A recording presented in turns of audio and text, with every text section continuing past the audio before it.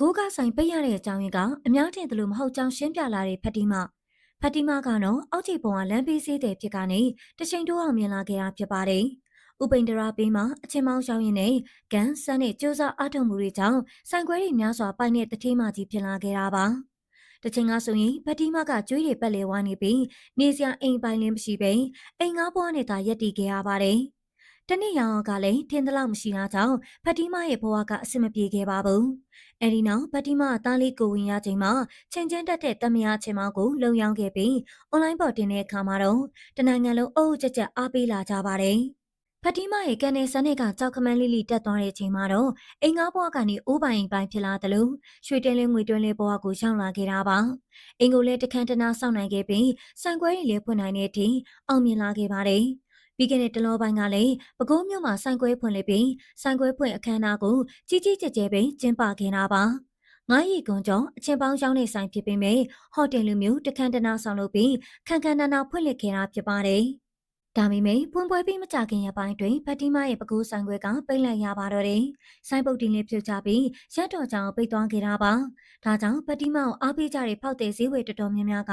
ဖတ်တီမာအတွက်စိတ်ပူလာကြပါတယ်။ဆိုင်ဖွင့်ပွဲကတခန်းတနာကြီးကျင်းပပြီးမှအခုလိုရုတ်တရက်ပိတ်လိုက်ရတာကြောင့်လူတချို့ကတော့အရင်တစ်ခါကလူဖတ်တီမာတယောက်အတိုင်းခံရပြီလို့ထင်နေခဲ့ကြပါတယ်။တခါကလည်းဖတ်တီမာအကန်တက်ပြီးအောင်မြင်ကစားမှာဖျားပရဝုံတွင်ဈေးရောက်လို့အတိုင်းခံရပြီးစိုက်ပိတ်ခံခဲ့ရပါတယ်။အွန်လိုင်းကနေတော့ဈေးမရောက်ရဆိုပြီးတားမြစ်လဲခံခဲ့ရပါတယ်။အဲ့ဒီချိန်တုန်းကဖတ်တီမာအောင်မြင်တာကိုမလူလားသူတွေက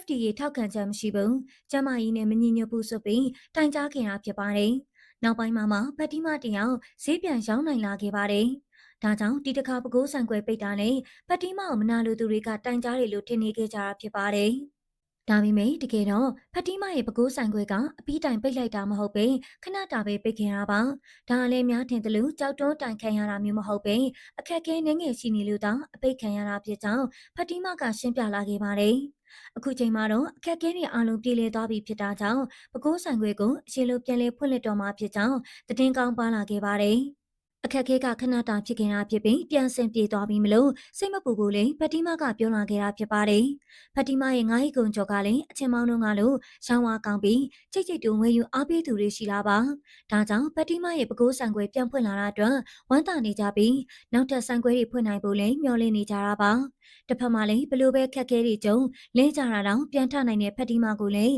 လူအများကချီးကျူးနေကြတာဖြစ်ပါတယ်။ပဲခူးဆိုင်ခွဲပိတ်ခံရတာကအများထင်သလိုတိုင်ခံရတာမဟုတ်ပေမဲ့ထင်မှန်မထားတဲ့အခက်အခဲလေးတွေတော့ကြုံခဲ့ရတာပါဒီအခက်အခဲတွေကိုဖတ်တီမာကရအောင်ကြော်ဖြတ်ခဲ့ပြီးဒီလိုကြော်ဖြတ်နိုင်အောင်ကူညီပေးတဲ့လူတွေလည်းရှိခဲ့တာဖြစ်ပါတယ်ကြည့်ရှုနေကြတဲ့ပရိသတ်တို့အနေနဲ့ရောဖတ်တီမာရဲ့ပဲခူးဆိုင်ပြန်ဖွင့်လာတဲ့ပုံအမြင်လေးတွေကို comment မှာပြောပြခဲ့ကြပါအောင်ရှင်